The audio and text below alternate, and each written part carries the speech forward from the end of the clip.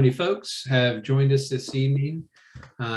As you may know, this is our second Solar Action Team meeting, I think, since the pandemic kind of halted a lot of outreach and activities. And so Alexis and I, and sometimes the distinguished Aaron Such, the Virginia Program Director, will be leading these meetings every third Tuesday of the month from 7 to 8. Bringing a mix of guest speakers like we have tonight. I think next month we're going to be talking about solar co-ops, which are kind of bulk buying groups, and we'll be later on this summer doing fighting for energy rights and political advocacy and solar technology things to learn about there. So a whole host of stuff that we'll be learning about. But back to this evening's featured program, I have the distinct pleasure of introducing Jeff High. I was fortunate enough, as was Aaron Such.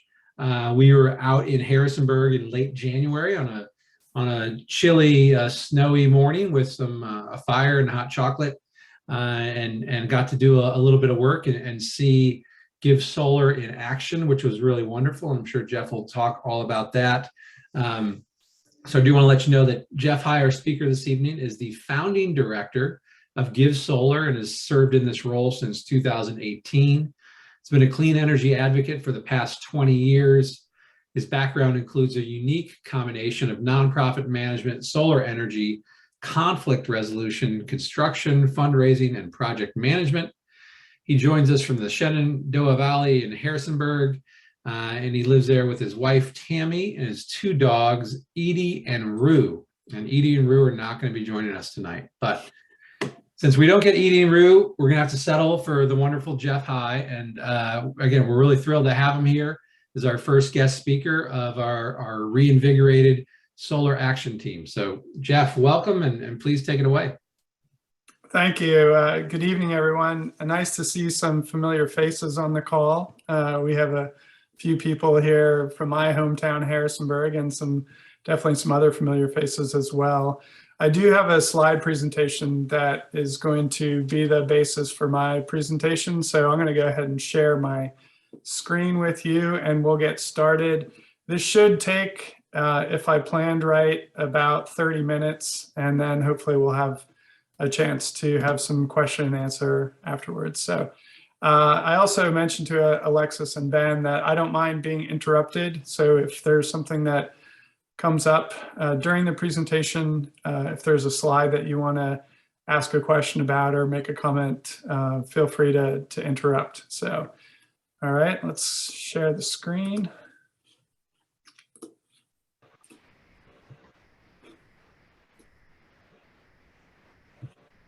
All right, thumbs up if you can see the screen okay. All right, great. So, yeah, I recently started a project with these three partners: Habitat for Humanity Virginia, Gibb Solar, and Solar United Neighbors. And that's what I'm going to be presenting about this evening, is a 2-year project that was started in December and will go till December of 2023.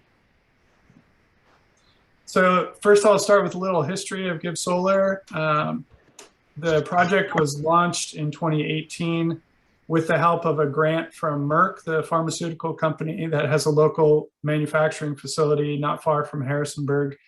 And initially we worked with nonprofit organizations, including the one that you see in this picture. This is Gemeinschaft Home, which is a transitional home for people who are getting out of prison. It's a place where they go to get resettled and have a temporary home in order to get help with finding housing and a job and so on. This was one of the first projects that we assisted on helping Gemeinschaft Home to install a 25 kilowatt solar system. So initially the model was to do crowdfunding to raise the money for the solar, as well as utilize volunteer labor to assist in the actual installation of the panels. So if you look carefully, you'll see a bunch of volunteers up on the second roof there installing panels. There'll be some more photos later on of other solar barn raisings.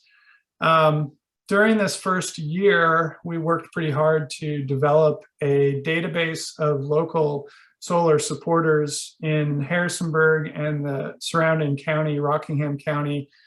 And that database is now about 600 people strong. And the members of the database vary from solar homeowners to people who have volunteered on these solar barn raisings, to solar installers, solar advocates, churches, other institutions that have shown their support of solar in one way or another.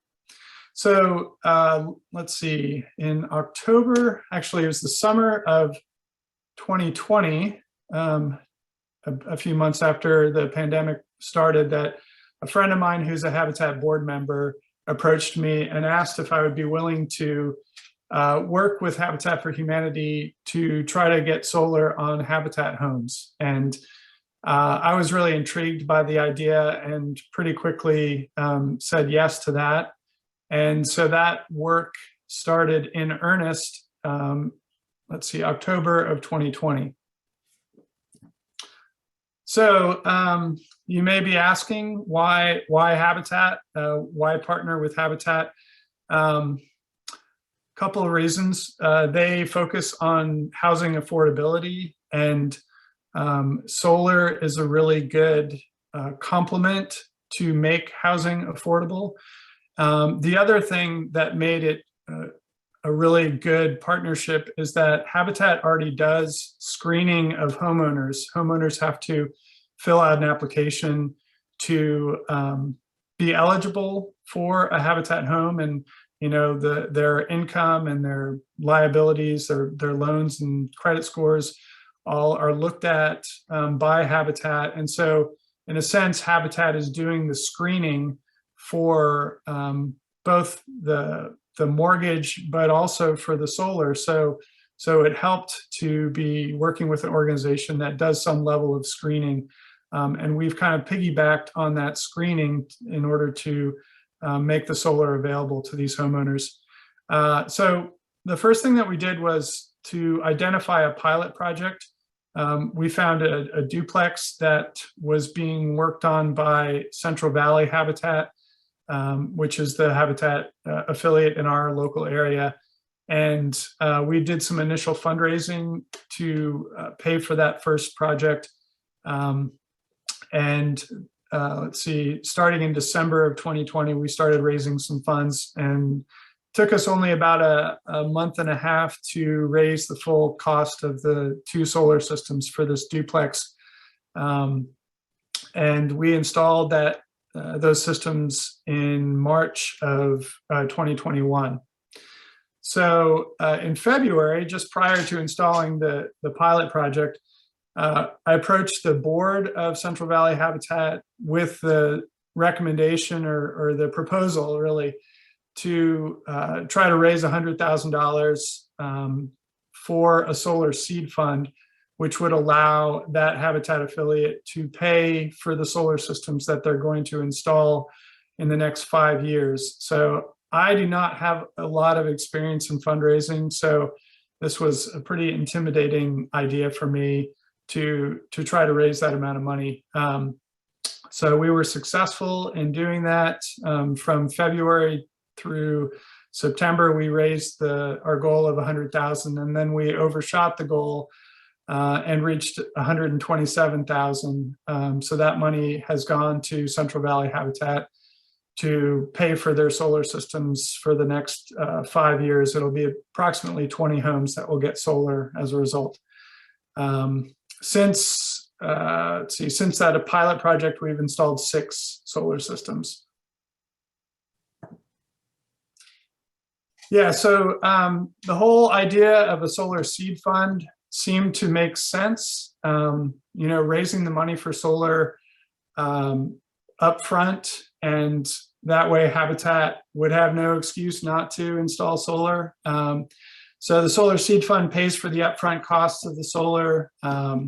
The way that the way that we organized it is we asked Habitat, how many houses do you want to put solar on? They said we build about 4 houses a year, and we'd like to do it for the next 5 years. So we set our goal at 100,000. And one of the important things that we did was to engage the local environmental crowd. We have an organization called the Climate Action Alliance of the Valley that operates in this area. They've been really important in helping to raise the Solar Seed Fund, but there's other groups as well. Churches and businesses and other faith communities have got behind this effort. So it's really been a community effort, and labor intensive for sure, but also replicable. I think it can work in other communities, and that's what we're starting to do. So as far as the homeowner's responsibility, the way that we've organized this Solar Seed Fund is the homeowner will still pay for the cost of the solar, but it will be rolled into their mortgage. So they're basically paying $20 each month in addition to their mortgage to pay for the solar. And they're getting a benefit of around $40 to $50 a month. So there's still a net benefit for them. I'll get into some of these numbers a little bit later on, but the whole concept of the Solar Seed Fund is that it's a regenerating fund that as homeowners pay for their system, it regenerates the fund, but it's not fully regenerating. It would take quite a long time, since we've spread out the payments over the course of a 20 to 30 year mortgage. So we have to figure out ways, if we do want to make it fully regenerating, we have to figure out some ways to do that. Whoops, I think I skipped. All right, so this 2-year project that we're doing with Solar United Neighbors and Habitat Virginia, it launched on December 1st. We've had about 15 Habitat affiliates who have expressed interest in solar and possibly doing a solar pilot project.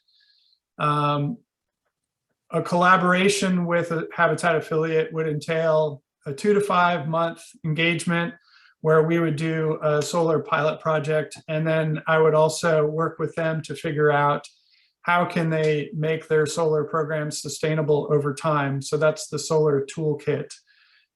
So recently I completed an update to my website, and that solar toolkit is involved for those of you who want to take a look. The website is just give.solar, no .org or .com, just give.solar.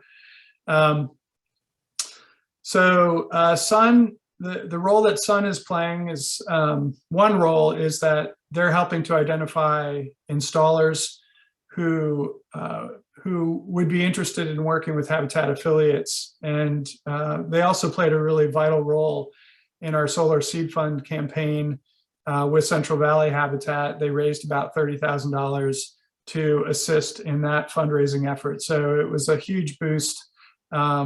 And Sun is exactly the right partner to be working on this with. I'm also working on a solar panel donation. It's not happened yet, but I'm hoping that it will in the near term. That will allow our funding to go even further, and hopefully that will put a lot more solar up on Habitat homes. And then the basic concept is that we try to mentor the Habitat affiliates to be able to continue this project after I'm done in 2 years, so that they can just continue installing solar just as a matter of course, and something that they do on every house, like installing a heat pump or a dishwasher or refrigerator. All right, so my elevator speech for this project is that we're working on access to clean energy, economic security for low-income families, and climate change solutions. Those are the three points that I typically try to make about why we're doing this project. And as you all probably know, solar has typically historically been accessible only to middle and upper income households, and it's cost prohibitive to low income families. And the investment tax credit does not usually help them either, because many low income families don't have that that tax liability in order to take advantage of the investment tax credit. So there's financing models that provide access. I include those in my solar toolkit.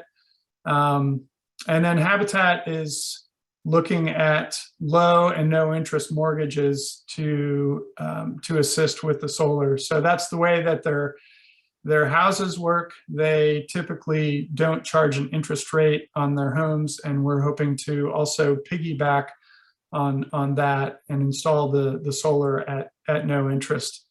And as I mentioned before, the cost of the solar is being rolled into the mortgage. Okay, so here's an actual electric bill from one of our homeowners locally.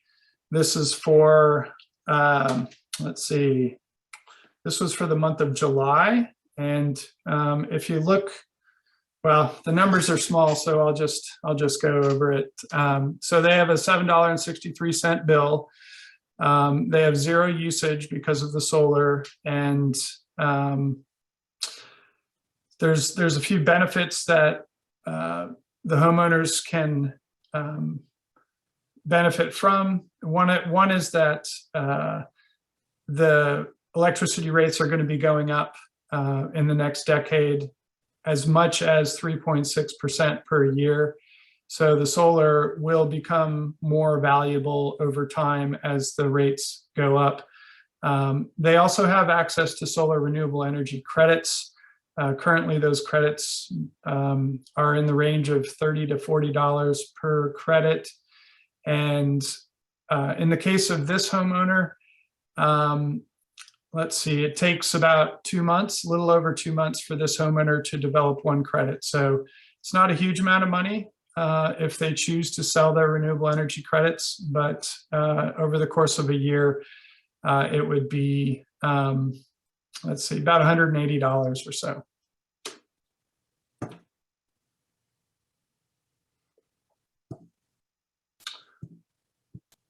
Okay, so I've done a little cost comparison for 4 different ways to finance a 4 kilowatt solar system.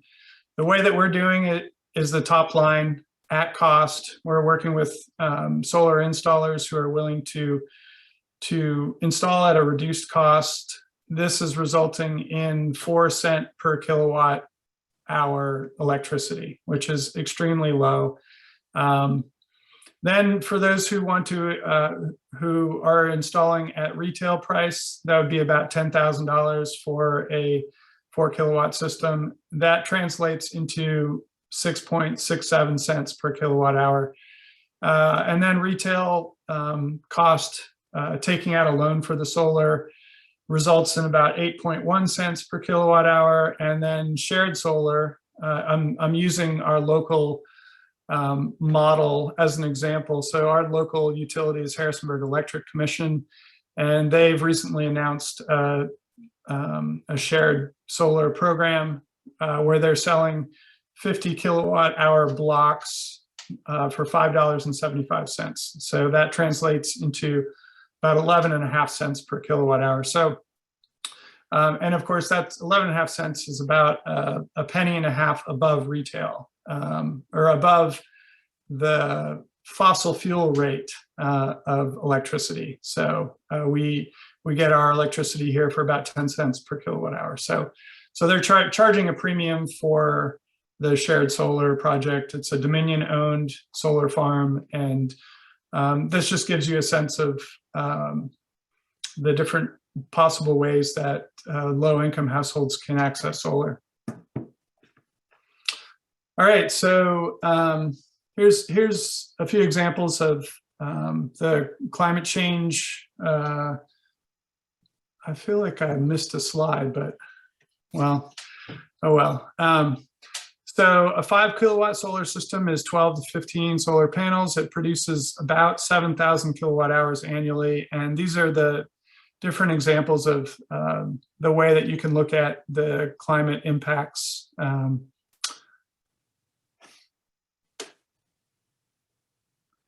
over the course of a 30-year period, which is the projected lifetime of a solar system.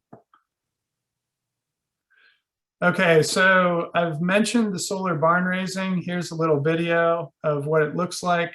This is just a, I don't know, 15 or 20-second clip. And this was the pilot project that we did in Broadway, Virginia. So I'll just play this.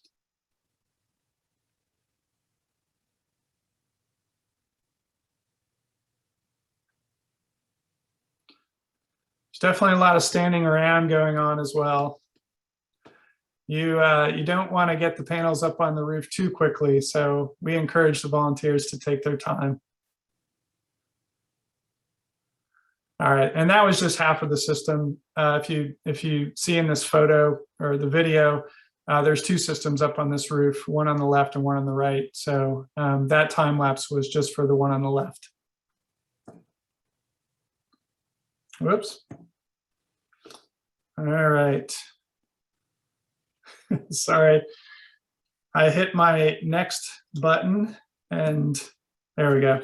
All right, so the solar barn raising is kind of a gimmicky term. It translates in the area where we, sorry about that, where we operate. We have a large Old Order Mennonite community, and the whole concept of a solar barn raising harkens back to Amish communities that help each other to build barns, and it's a big community event. So barn raising occurs when the community actively decides to come to the same place at the same time to achieve a specific goal. And that's what we're doing with the solar barn raisings, is getting volunteers to come and provide some mutual aid to their neighbors and to nonprofit organizations. So it fits well with the Habitat for Humanity volunteer-driven focus.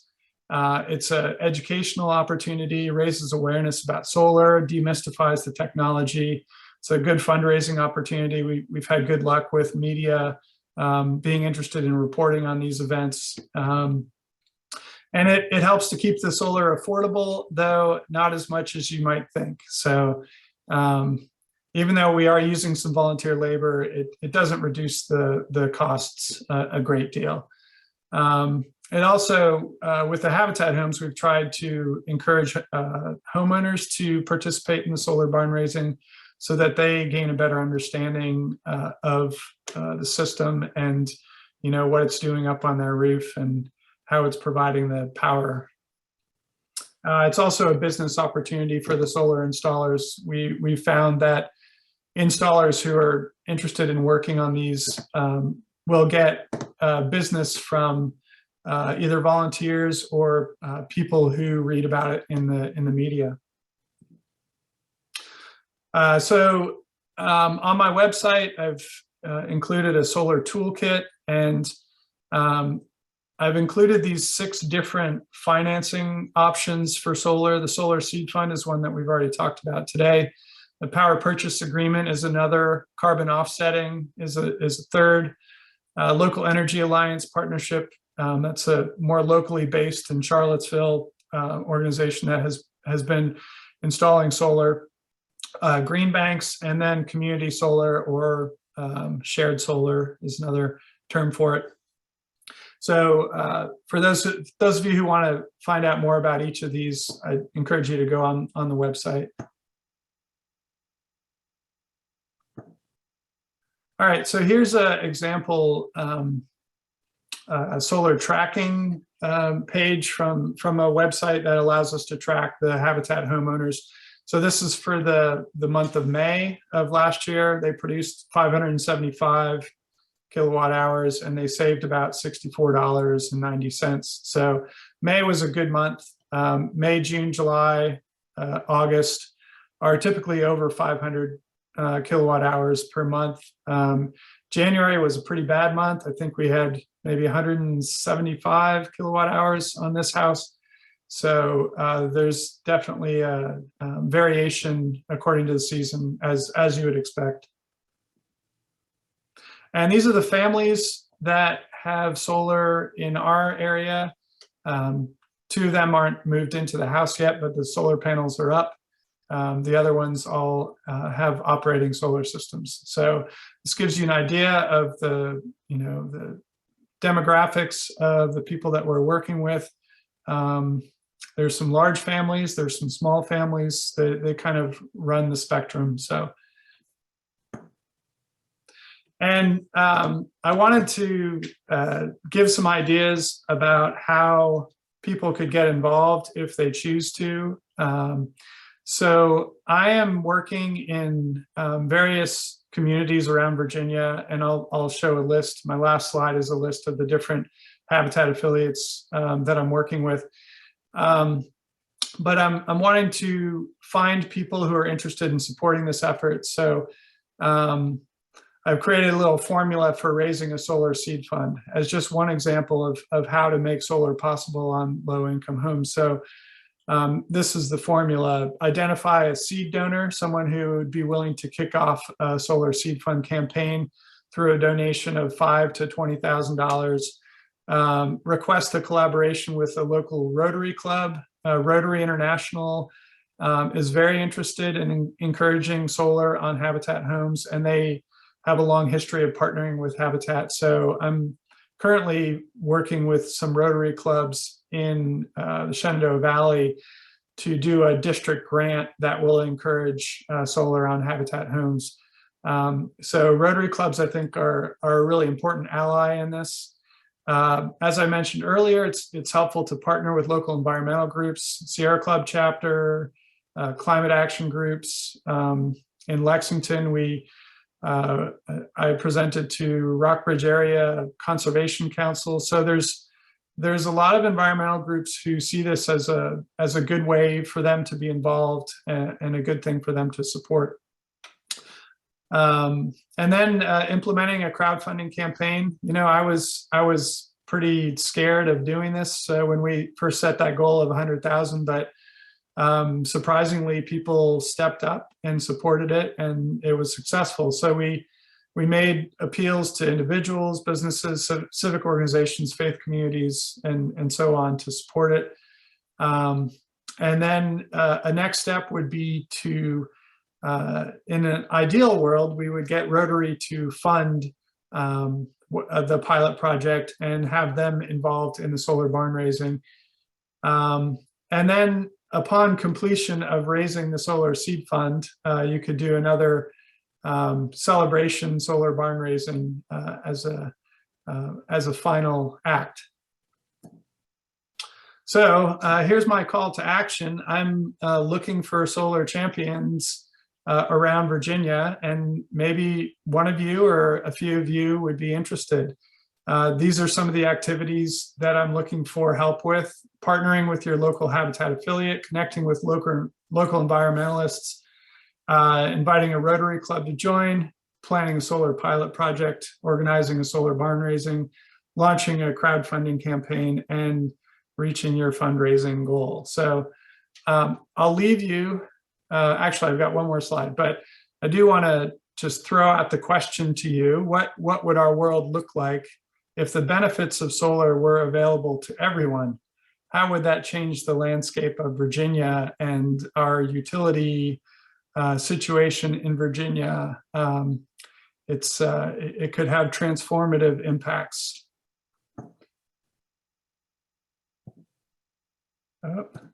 Okay, so these are the Habitat affiliates around Virginia that have expressed interest in solar, and I'm looking for people in each of these service territories of these Habitat affiliates to work with me as a solar champion. And if you see one of those Habitat affiliates that's local to you and you're interested in this, I would welcome your involvement. I'll keep this up for a minute, but that is pretty much my presentation. Thanks for your attention, and I'm happy to have some questions and discussion if you have any. Great, Jeff. Thanks so much. Really appreciate that. That was very thorough and informative. And as Jeff mentioned, we do have time for questions. I encourage folks to put those in the chat. I might take moderator's prerogative, Jeff, and ask a question or two. My first one is just, what's the reaction been from the homeowners themselves? Yeah, it's interesting. Let's see. I think, is it okay if I go ahead and close out the presentation? I think Sure. I'll do that. Okay, great. Yeah, so one family that I'm working with is a single mom of one child, and she is really seeing a noticeable difference in her utility bill. So, and she's someone who has allowed me to track the energy production, cost savings, and I think she's been very pleased with how the solar has worked for her. She's also someone who is selling her renewable energy credits. So she's been ambitious in learning about solar and also learning about energy efficiency. It's another role that I play in my work is explaining energy efficiency measures to habitat homeowners. So, so I think other homeowners, for example, you saw in the photo that there was a family of 6, a family of 7. They're not noticing as much. Are you hearing me okay? I just got a message that my internet's unstable. The larger families are not seeing as much of a noticeable impact, and that partly might have to do with the fact that it's a 4 kilowatt system, and we could have done a larger system, but that's something to consider for habitat affiliates is the family size and the projected energy demand, and it may not be a one size fits all scenario. So yeah, so I'd say mixed reactions, but overall, especially for homeowners who are moving into a home that they've never lived in before and it already has solar on it, they don't necessarily have a point of comparison before solar and after solar. So for them, it's maybe not quite as noticeable. So I hope that gets at your question. Yeah, absolutely. And I see we got some showing up in the chat, and I guess Andrew is unable to hear. I'm hearing okay. I hope everybody else is. Get some thumbs up. One final question before I head into the chat. In terms, I think you've been in Harrisonburg the longest. So what's kind of been the community reaction, if any? Is it starting to make kind of inroads in the community? And then secondly, in terms of the habitat community across the Commonwealth, I mean, obviously you had a huge list of folks. I take it that the reception from folks across habitat jurisdictions has been receptive. Yeah, it's a good question. So I have some convincing to do, to be perfectly honest. Habitat is an organization, their core mission is to build affordable housing. So they don't always view putting solar panels on homes as a part of that mission. And so I have to convince them that it's a good idea. So the 15 affiliates that have expressed interest, that was based on an initial email that I sent out back in the fall of last year. Many of them have said, yes, we're interested. Some of them have said, we're interested, but not right now. So overall, I think if we're able to bring resources with us and not expect Habitat to raise the money themselves for solar, then I think we have a real chance of being successful. And the model that I've worked on has been pretty successful at bringing resources to bear from outside of Habitat's typical fundraising efforts. So the other thing that is really stretching Habitat affiliates right now is the cost of construction materials. So they are struggling to keep up with with those financial burdens, and adding another aspect to building a house at this particular moment in time can be daunting to them. So yeah, that's partly why I'm trying to work with Rotary clubs, with Solar United Neighbors, with environmental organizations, to get them behind this effort, because it's an effort that makes a lot of sense. As far as Harrisonburg goes, it's really great when I tell people what I do, and talk about installing solar on habitat homes. Fortunately, we've installed solar on some really high visibility homes right on one of our major roads in town, and so a lot of people are aware of it. So high visibility locations are really great if you can do that. So excellent. And I see some questions in the chat. Wendy's asked if Arlington or Fairfax County are interested or involved. As of yet, not. So I hope that they will be. One of the challenges with some of the big urban areas is the habitat affiliates often don't build new buildings, they do renovations. And sometimes the homes are not appropriate for solar. Either they're in like established neighborhoods that have tall trees and things like that that would be blocking the sun, or the roof isn't appropriate. It might be at like a 10-year-old roof, and it might not be appropriate to install solar on a middle-aged roof. So as of yet, Arlington and Fairfax have not yet expressed interest, but I hope they will. Of all places, I would think those two locations would be quite interested. Great. And John's asked, what's your average system size that's being installed? So we started off, the first two systems that we installed were pretty small. They're 3.78 kilowatt systems. We're now installing 4 kilowatt, which isn't much more. There's another habitat affiliate down in North Carolina that's installing 5.4 kilowatt systems. So there's quite a bit of variation, and part of that variation depends on the size of the houses that Habitat is building.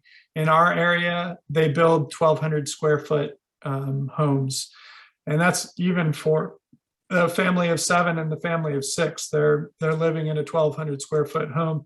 So we try to do some calculation of what would be an appropriate size for that size home.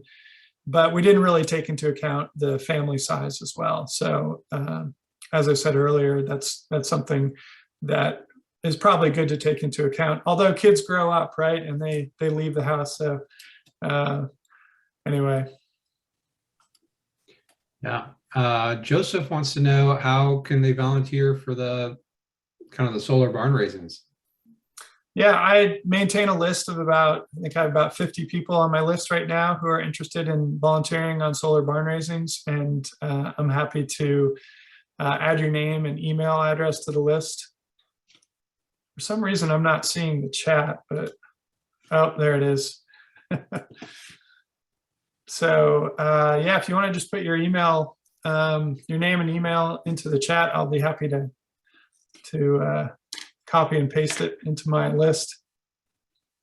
All right. William has a question. I can take that one in the chat. Tyson has asked, when's the best time to start collaborating with Habitat folks in the planning build process?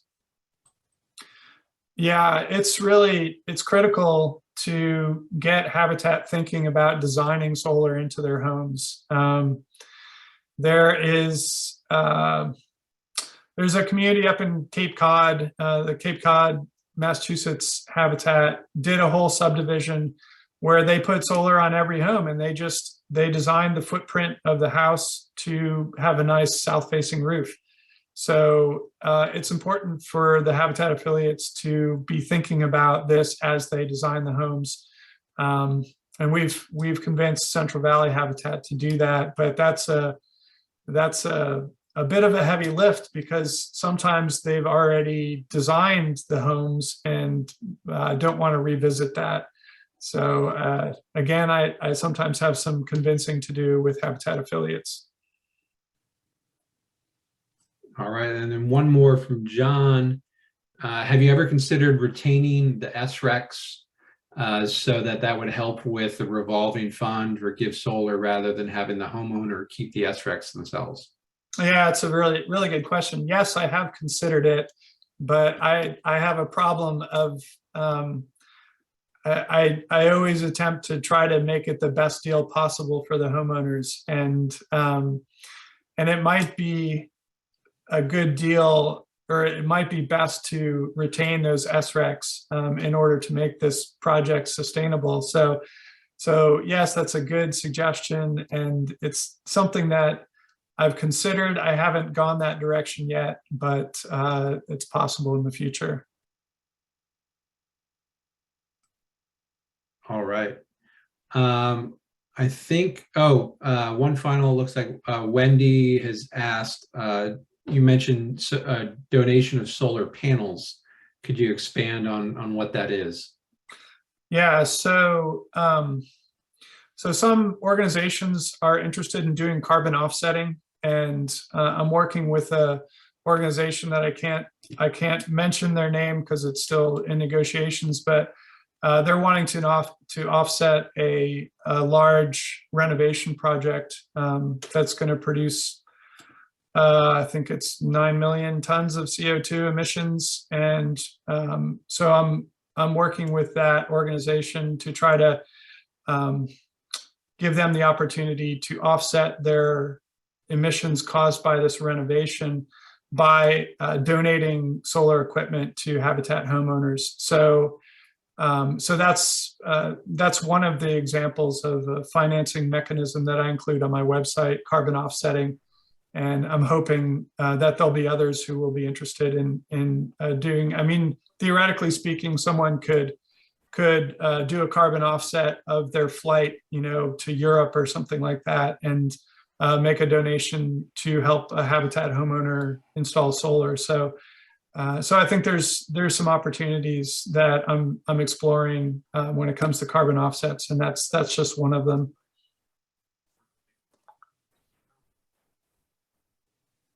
Wonderful. Well, I think that about wraps up this. Oh, I see a hand. Andrew, go ahead. Can everybody hear me? We can. Yes, go ahead. Yeah, sorry it took so long to couldn't hear y'all. I had to use my phone and everything else. I'm here in Hampton, Virginia, near Norfolk, Virginia Beach and everything. I don't know where everybody else is from. Being in the co-op for a couple of years, I mean, many years with Andrew Sutton. I traveled around with him in Newport News, Williamsburg, and different places, and also, listen to the phone. These people be calling about this. These solar companies be calling from the West, and the things that I've been observing is that people want solar. The problem is affording it, because the solar companies, they could talk a big game to you and everything all day. The thing is when you get solar panels, it's just tacking on another bill. Your credit score got to be good. Credit got to be good and everything else. And that counts out a lot of people. Mm-hmm. And I've been trying to discuss it with somebody, and let these, I don't know how with everywhere else though, but this is what I've really been finding. And also, I was also letting them know one of my plans is I wanted to have the redeveloping the housing authorities get involved also, because that's where all of the people are, and they are building different houses and different things for them. The third thing I have is churches. I know my church there, I was gonna say old fashioned, but I try to talk them into it and everything. They haven't got to me yet. But there's a couple of churches here. One is here in Hampton. There's one a Catholic church, and also there's, I guess, a couple of churches in Chesapeake. So the thing is, I don't know how everybody feels about it, but I don't know if anybody have the same attitude or same situations that been going on. So that's what I've been wanting to express, because like I said, people want solar, but the problem is trying to afford it. Yeah, Andrew, I really appreciate those comments. And I do want to respond real quickly. I know I'll try to make it brief since our time is running out. Sorry about that. No, you brought up some really good points. I do know in our area, we have a redevelopment and housing authority that is installing solar on one of their buildings. So it is something that's being done, and it may be possible at your local redevelopment and housing authority, and you might want to go talk to the director there and see if it's possible. So I definitely encourage you to seek that out if you're so inclined. The other thing is that, yeah, churches, an idea that we're exploring up here in Harrisonburg and Rockingham County is the idea of doing a community solar seed fund where people would contribute to a bank account or a fund to make solar possible, and churches would be a great example of organization that could benefit from that. So I think I would encourage you to who knows, start a project to raise a solar seed fund for a church. I think a lot of people get excited about it. So anyway, thanks for your comments. I'll just add, again, thank you, Andrew. I think you raised a great point, and that's kind of one of the reasons that we had this discussion today is this is an area that many people are interested in working on. Jeff has the Gibb solar model, which is one way of doing things. There's a lot of other folks who are trying to attack this problem from other areas, and it's something we're all kind of working on. I'm actually calling Ruth, not trying to put her on the spot, but she's in Hampton Roads and kind of is working on this a bit as well. Ruth, I don't know if you have any specific Hampton Roads thoughts to add. Yeah, so Andrew, I run a fund called Norfolk Solar, and we put solar on, I'll drop the website in the chat, but we put solar on businesses, nonprofits like churches, and residents in Hampton Roads in qualified opportunity zones, but also other places. And qualified opportunity zones tend to be your low income zones. We've done 2 churches, and they've been really, really appreciative, and it's really changed their ministry. One of them has really come to center his ministry around the solar, and he's very passionate about it. So we've had really good results. I'll drop my email and the website in the chat, but you can communicate with me afterward, and we can see if we can, it is hard to talk a church into it because the board is generally older people, maybe not used to solar. So maybe seeing some churches that have done it would help. And I also dropped in the chat, I know for Catholic churches specifically, there's an organization just dedicated to that. And there's probably 10 Catholic churches in this area that have already been done. So that should be really easy.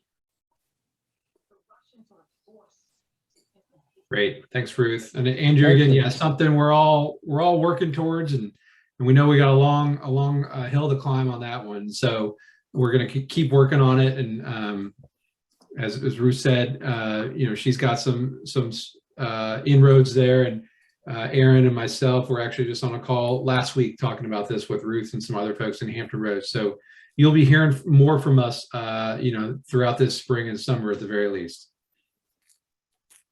All right, well, with that, I know we just have a couple more minutes. I wanted to really quickly do a legislative update for folks. Did talk about some of this stuff last meeting. I imagine many people know that the Virginia General Assembly adjourned just this past Saturday. It did leave a lot of unfinished business. Most notably, the budget has not been completed.